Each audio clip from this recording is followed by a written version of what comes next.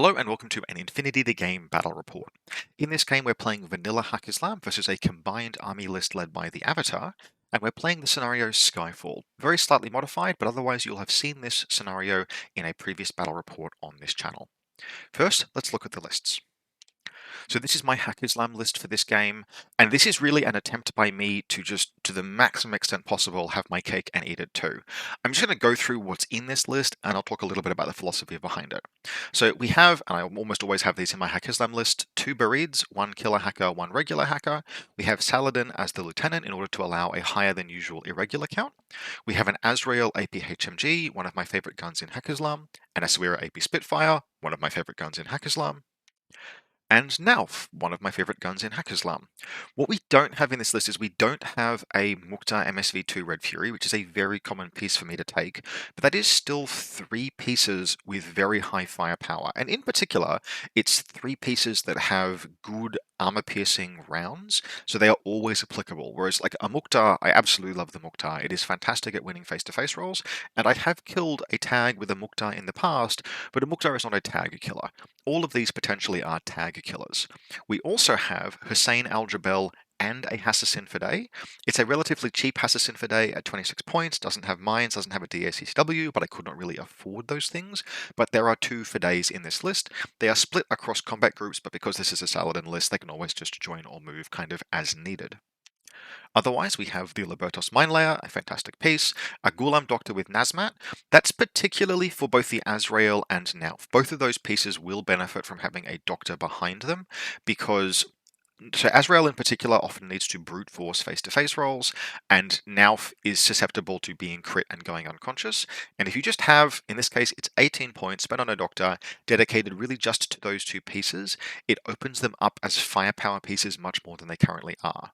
Otherwise, for the irregulars, we have the Libertos as noted, and then we have a Kum Rider with Chain Rifle. Again, I'm cheaping out here, but that affords me Zulekia, probably the best biker in the game, and then 2 Matawiya with Jammers. Now, I really like the Matawiya with Jammers. I don't think they are auto-includes, but they are very nice to have. A Hug list that has Jammers just gives you a bit more, like, basically bear defense. But otherwise, there's only one Fanus remote to pair with the Hassassin Barids, so between them and Saladin, you have some repeater coverage in your DZ, but not a ton. But really, this list it's got almost everything that I would want. There is a variation to this list which cuts Zulekia, which does hurt to do, and downgrades both Matawiya to the 5-point smoke grenade chain rifle ones, and that will get you a 14-point forward observer remote, which you can pair with a duo with the Asawira. That will add both tactical awareness and a specialist and frenzy suppression to the Asawira. But in this scenario, in Skyfall, I didn't consider that particularly relevant because you only need specialists at the very beginning of the game in Skyfall. After that, they aren't essential. They're important in the first turn, and then they stop being important.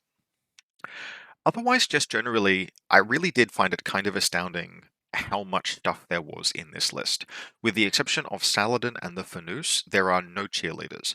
Every single piece, so 13 of the 15 pieces in this list are there to go and potentially do something very significant, and the remaining 2 pieces are Saladin and a Fanus remote. So I am really happy with this. I will probably play this list again, or at least I would, except Reinforcements is coming out in like a week or 2. So I probably won't ever play this list again, but I think as a template for what can be accomplished with Haqqislam, this is really good. I'm very happy with it. It performed very well. Let's see what it was playing against. So this is my opponent's list for this game, I think. I've reconstructed it relatively from scratch. It's been a few days, well, almost a week actually since we played this game. I had the pictures I wanted to do the recording this evening. But I think this is a little bit of kind of a cautionary tale in what can and can't be accomplished with an avatar list. Since the nerfs to the avatar back in the nerfs happened in either late 2022 or early 2023, I think probably late 2022, we have seen a significant decline in its dominance as the most powerful piece in the game. It is still absolutely, in absolute terms, the most powerful piece in the game, but now it's much more commensurate to its cost. You make a lot of sacrifices taking an avatar in a list. It is extremely expensive, particularly when you couple it with the increase in cost to the Imitrons. You can't just easily, and Tiger Creatures, you can't just easily pad a list out around it like you could before. The total cost of the avatar list went up by something like the cookie cutter avatar list went up by something like 14 points, which is significant. That's not affordable anymore. Now, that said, I think the Avatar is still a very, very powerful piece, but it's a piece, it's your vanity piece. In any given list, I think you can accommodate like one or two vanity pieces, but I think the Avatar is the vanity piece that you are taking. It is very big, it is very powerful, it is the focus of the list. I don't think you can really make lists anymore that are an Avatar and one other big flashy piece. I think we could feasibly still see lists that are the Avatar and Norcaius, but I don't think, for example, I ran a list for a little while that was Avatar plus Sheshkin, and although both of the pieces are very, very strong, I'm not sure you could run that anymore because Sheshkin is just expensive enough that having her alongside an Avatar means the rest of your list is incredibly thin. And this is an example of what I mean, because so my opponent here his name is Owen, he's a local player, wonderful person, and he is a Kodali tragic, and he has been trying to make Kodali work in Infinity basically since N4 was a thing. It is a terrible shame that he did not play much Infinity in N3, because in N3 combined with the Speculo Killer, she was absolutely disgusting because the rules for AROs through smoke at the time really just worked in a way that were broken inside short range. I'm not going to go into the lengthy old man yells at cloud recounting of how that used to work. People in the audience may be familiar with it. But in short, Kodali Speculo Avatar was a cookie cutter list of N3. It was one of the few highly successful limited insertion lists. This is a throwback to that, but using Kodali in her infiltration variant paired with a Speculo Killer. I suspect, honestly, that this is not really good enough to be worth the points cost when you are also including an avatar in your list, but the combination might work okay in a list that is otherwise running a little slimmer. Another thing that I think I probably would not include as much in avatar lists anymore is the Medtech Obsidon Medconoid. The Medconoid obviously is an engineer and is with 14, but one of the changes to the avatar is that it does not have remote presence anymore, and in the absence of remote presence, I think it's much, much less important to have an engineer. You cannot reroll your engineering rolls because the avatar doesn't have remote presence, and the avatar, in any case, if it dies, there are certain things that you want to be doing to take advantage of the Memnonica rule that aren't really commensurate with trying to repair it. I think now the avatar probably is best played as a 3-wound tag, and once those 3 wounds are done, it is going to jump into something else's brain. Among other things, this means that if you cut the Medconoid, you can fit, I don't know, for example, like 4 Tiger creatures. So that's probably something that should be considered in place of the Medconoid rather than trying to repair. Otherwise, this list is just lots and lots of things that generate orders. I think I've put an E drone in here when it should be an M drone. That's a mistake. So there was probably some other things. I mean, they mentioned this is a bit of a reconstruction after the fact. I don't think this E drone is here. I think this E drone was an M drone. And then we have an E drone in Combat Group 2 just to provide firewalls for the avatar. Now, there might also have been Bit and Kiss. Again, I think potentially if you cut the E drone and a slave drone, you can accommodate Bit and Kiss. That may have been the list instead. In fact, it probably was, but again, this was reconstructed after the fact about a week after the game. So overall, while this is once again a list that is going to be obsolete with the arrival of reinforcements, if people choose to play with reinforcements when it arrives in a week or two, I think there is some cautionary tales to take here. Probably there is a few things that you should cut just to get some chaff, some warbands, some generic combined army good stuff. Get, if Bitnik is already in there, excellent. If not, get them, potentially get a Dartok, get some hack and cover. Don't try and firewall the avatar. It can't be possessed. It can be isolated, but it can reset clear of that. Get killer hackers instead, stuff like that. Run your good, cheap warbands. Garkis would probably be a go-to, that kind of thing. So here we are at deployment. I've won the role and I've chosen to go first. Not an easy decision in Skyfall, but when your opponent says, I have a Whip 17 Lieutenant playing as Combined Army, you don't let them go first if you can possibly avoid it. So Owen has chosen to deploy on the side of the table that he's on, and he's deploying second, obviously, and that means that I have the potential to go first with my impersonators, not have to deal with his impersonators going first against me, that kind of thing. So in terms of deployment, what we've got, obviously we have reserved both of our impersonators. That's pretty standard with Saladin. I have not chosen to reserve an extra piece because I have enough irregulars in this list. I think I'm going to want to either coordinate orders or convert irregulars during the game at some point. But otherwise, from left to right, we have Nauth hanging out at this staircase here, with the Doctor hanging out just behind him. We have our Assassin Bareed Killer Hacker looking to be able to potentially move, either fire a picture or move along this direction to the first console. We have Zulikia Narazova down here, the Flash Pulse bot hanging out down here, as far away from danger as possible. But in particular, what it does have is it has basically Rassiat Watch, so it's watching in this direction and in this direction in case a Rassiat walks onto the table. It is just about bang up against the table edge. Otherwise, we have basically a large combat group of stuff here. We have the Libertos hanging out prone on this box, able to vault up here if it needs to, and it's mine in this doorway over here. We have our Coom Rider, we have a Matawiya there, not visible, but there is a Matawiya hanging out in this nook down here, ready to impetuous forward. We have our Hacker Barid, our Azrael APHMG, and our Asawira. The helper bot from the Doctor is there, my HVT is here, and then not pictured in the photo, but hanging out over here is Saladin. For my opponent's part, the important things are, and Kodali was his reserve drop, but we have a Speculo Killer and Kodali hanging out up here, and then the Avatar being his second reserve drop is deployed back here. I would like to have gone after it, but the Avatar was basically deployed to not go anywhere near my impersonators. And then we just generally have and this photo is not the best for it because you cannot see a single combined army troop. They are basically just all hiding behind various different boxes and various different buildings, totally null deployed, with the exception of the Avatar. All of the Imatrons land successfully, and it's basically just a mess of flamethrower Echidrons, flash pulse bots, E-drones with their combi rifles, repeaters, and Dr. Worm sort of hanging out way back here. It is actually at this point in recording the video that I remember that yes, he didn't have an E-drone. What he has said was actually a Dartok rather than Bit and Kiss. So we have a Dartok hanging out up here next to Dr. Worm, basically. So my Assassin for days, they are going to go down. I actually choose to roll for both of them, and they are going to go down in locations that I'm hoping I can just use to take out potentially vulnerable enemy pieces, because I don't know where the Avatar is yet. I want to force the Avatar's hand.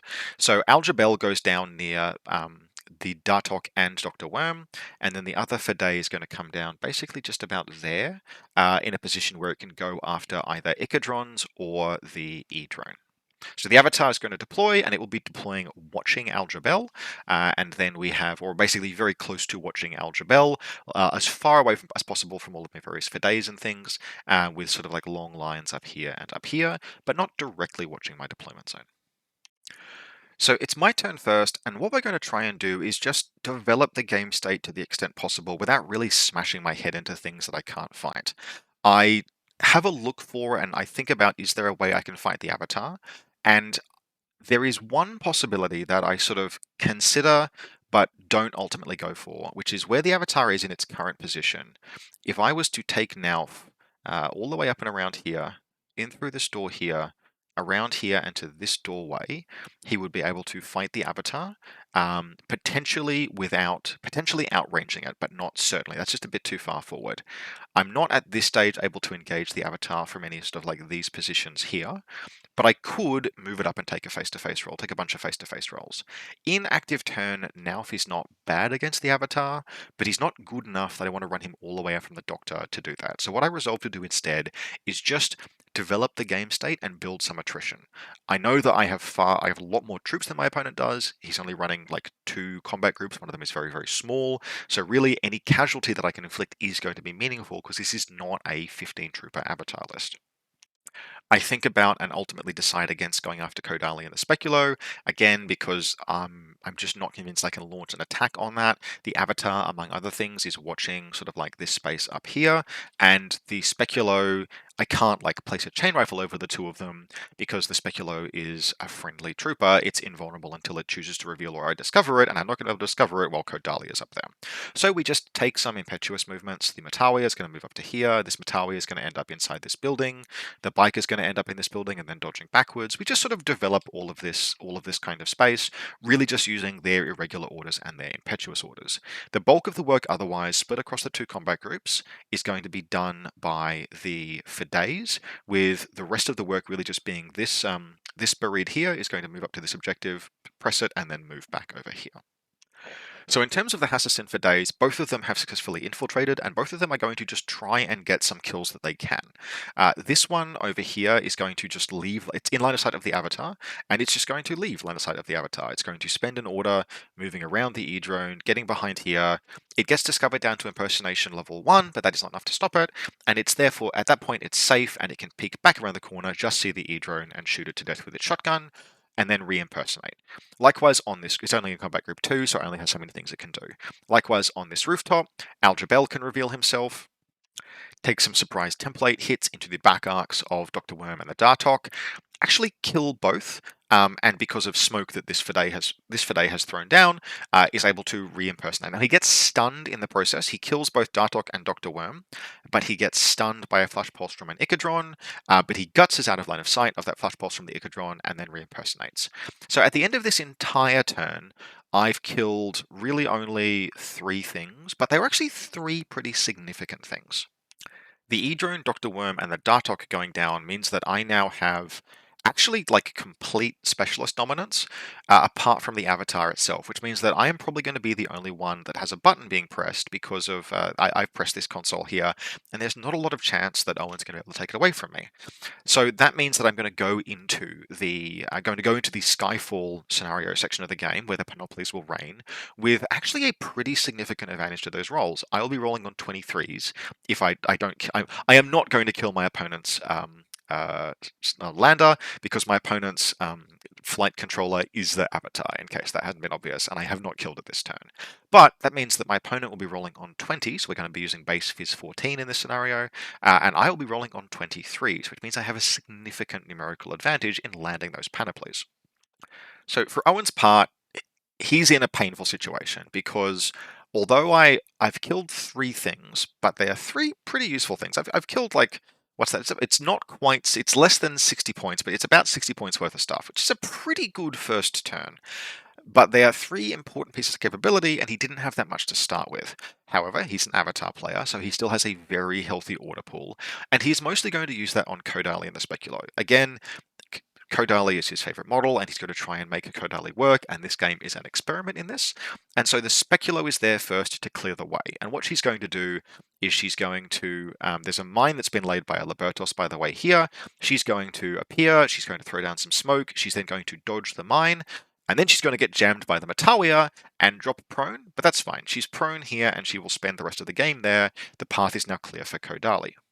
With smoke down and both of the Matawiya's jammers used, Kodali can now clearly, nice and freely, move down this ladder, come around here, get into combat with the Libertos, which revealed itself to place a mine, and then the Libertos crits its dodge, so she has to chase the damn thing. And because it got out of the smoke, it now gets to shotgun template her, and so she then has to take a wound, killing it with her assault pistols. But that does mean she's up to 2 wounds, so she's gained 2 and lost 1.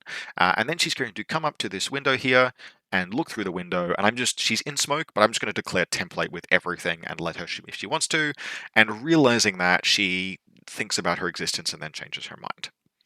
This is actually really the big change that happened over the course of N4 as they figured out how they want the ARO rules to work, and is what really distinguishes Kodali from her N3 incarnation, where she could basically have just helplessly, everything in this room would have been dead fish in a barrel against smoke shooting Kodali within 8. And so I'm really glad for that change, but she is not. So what we can see here, just jumping ahead, is this is the end of the first round, beginning of the second. And so we can see the Speculo has popped down here. She's prone, she's isolated, but she will spend the rest of the game there. Kodali, I think, has entered a suppressive fire state and is hanging out here. And then remember how I said that I would have a significant advantage on the rolls to land the panoplies? 0-1 all 4 rolls, which sucks. That's a thing that can happen in Skyfall. It is still a little bit of a scenario where you can just lose 4 rolls in a row. One of the changes, though, that we have made to the scenario, in addition to its current restriction that you can't land panoplies within 8 inches of each other, we have also said you can't land panoplies in deployment zones. Now, when both players win 2 rolls each, or even if there's a 3-1 split, that is not going to really significantly change the effect of the luck or the effect of winning those rolls. But what we have found is if you have one player who wins all 4 rolls, not being able to place panoplies in your deployment zone does begin to push some of them toward the midfield. And so in this case, where they've landed is we have one on this rooftop here, one behind this building here, one on this crate here, and one behind this crate here.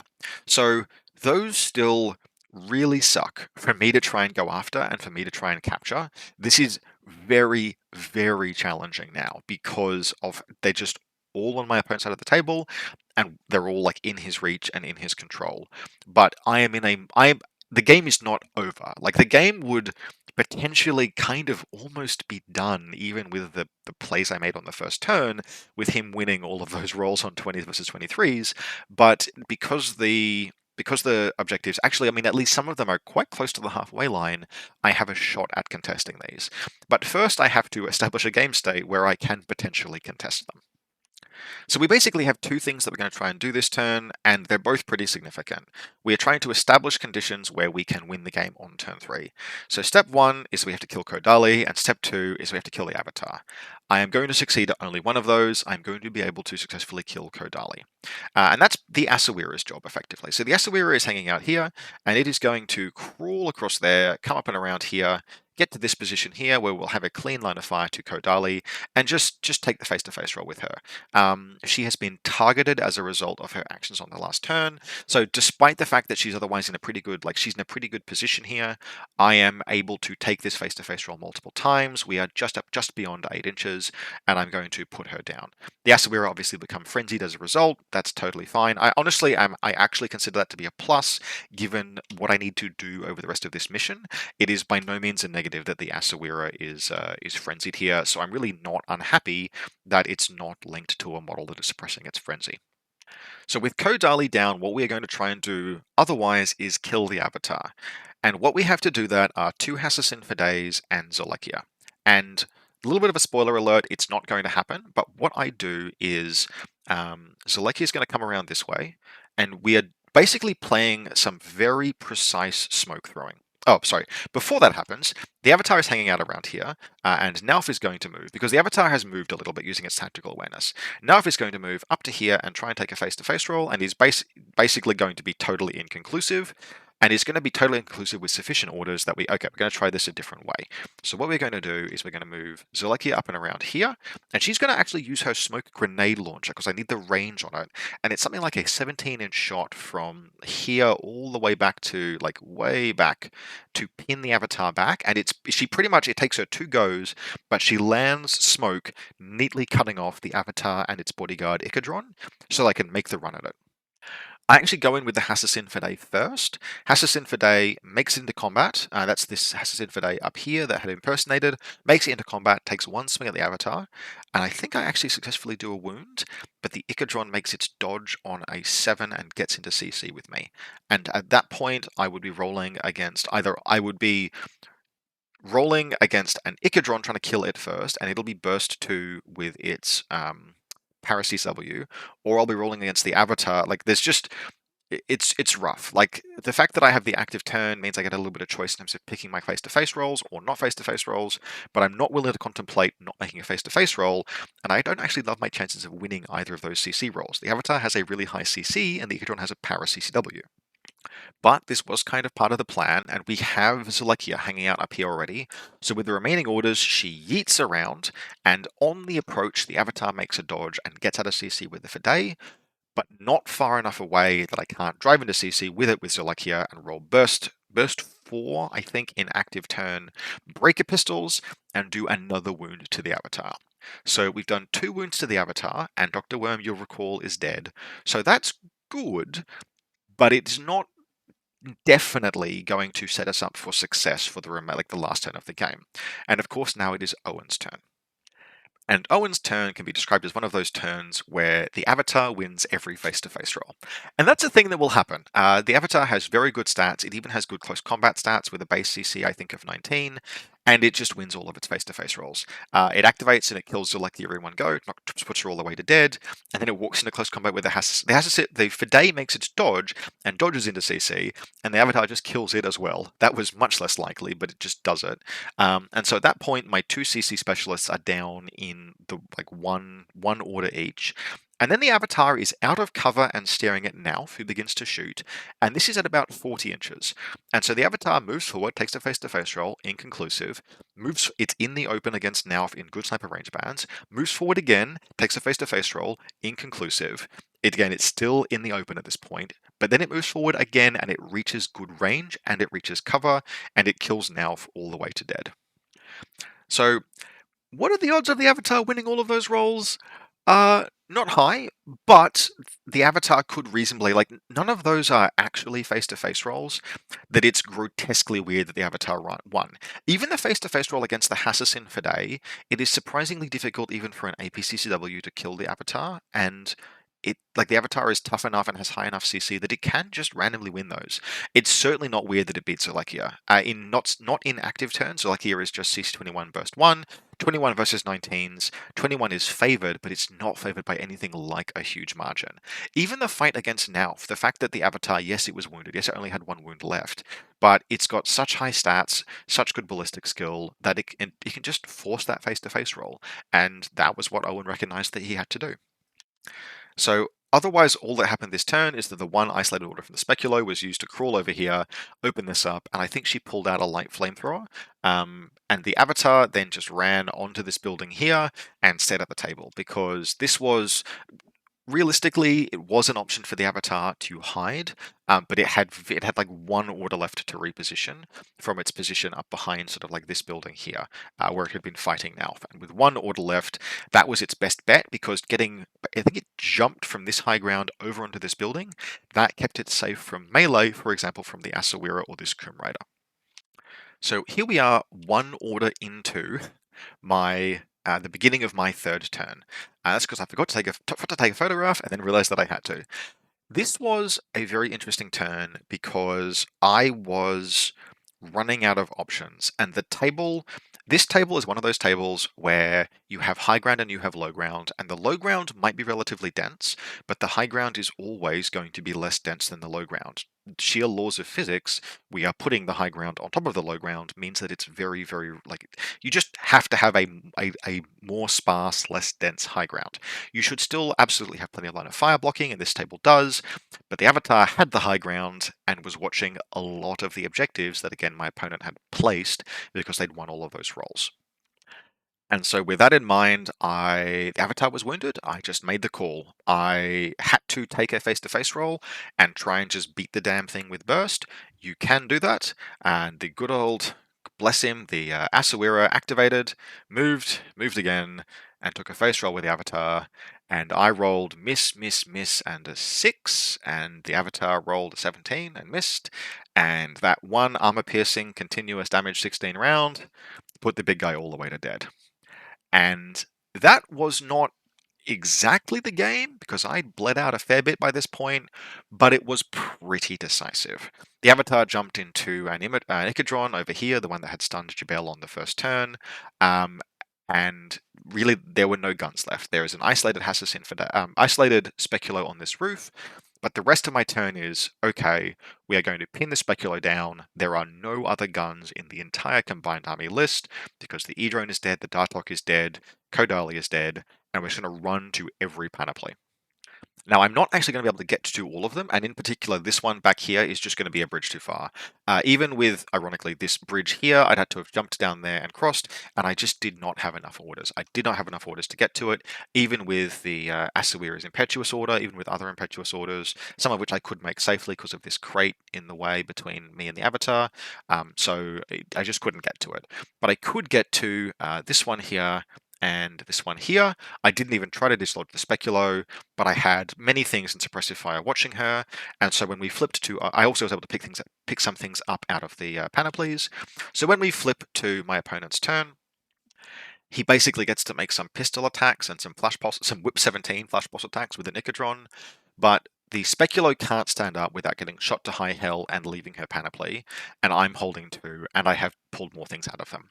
So I'm in a position where I think in this scenario that's something like a 5-point to 2-point win. It was enough to be considered a major victory, but still a very sort of like narrow game. But there's just not enough left in the combined army list to dislodge me, particularly with guns in suppressive fire. Like the Asawira has moved up and around to here as part of a coordinated order and is suppressing onto this ladder. So there's really no way for the Specular Killer to get down. There's like a chain rifle watching her as well. I have 2 panoplies to my opponent's 1. I've pulled more things out of the panoplies. So that is a relatively tightly managed but Haqqislam victory. So I hope you enjoyed that. This is probably going to be the last non-reinforcements game, I imagine, because reinforcements at time of recording are already beginning to be videos are going up on tabletop. I actually got a mention in one of those, and that was really, really nice. I'm really happy about that. But we are beginning to see the shape of reinforcements rules. They look very interesting and very promising, but we don't have a full picture at this time. What we do know is that it's apparently going to be an ITS game variant, which frankly is like cowardice. But I imagine we will be embracing it locally, unless it turns out to be completely terrible, which I don't think it will. I think it looks very interesting, and I think it is a very clean attempt by Corvus Belli to alter the shape and dramatic arc of the game. What reinforcements looks like it is meant to do is take Infinity as it currently is, which is very front loaded. If you think about how Infinity plays, even in this game, I killed almost 60 points on my first turn, and the things that I killed put my opponent behind for much of the game. Every turn we had a narrowing of resources and fewer tactical options. Even if you're playing in like 400 points, it's still the same thing. That doesn't materially change that dramatic arc. What reinforcements does is it changes the arc of the game where the peak of a player's strengths isn't necessarily always on the first turn, or at least spikes of strength. You don't always have diminishing resources over the course of a game. And I think that's very interesting. And if it works, I think it could be honestly really, really good, because if you consider some of the best stories that get told about Infinity, it's the ones where the later turns really mattered and were really tense and the game was really close. And reinforcements won't necessarily mean that, a less skilled player will reliably beat or often beat a more skilled player or anything like that. But what they will mean is that the game stays live and is dramatically tense and interesting if it's done well for more points in the game. There will be more points of interest, more points of tension, more points of conflict, more points of drama and storytelling, and I'm hopeful. We don't have a full picture of the rules just yet. The most recent on-tabletop video was all you need to know about reinforcements, but even in that one, Carlos Bostria was quite clear. Wait to see the actual rules on the page and they will give you a fuller picture. So I'm excited, and hopefully the next battle report on this channel will use the reinforcements rules, but we'll just have to see. So as always, I hope you enjoyed this, and I will see you next time.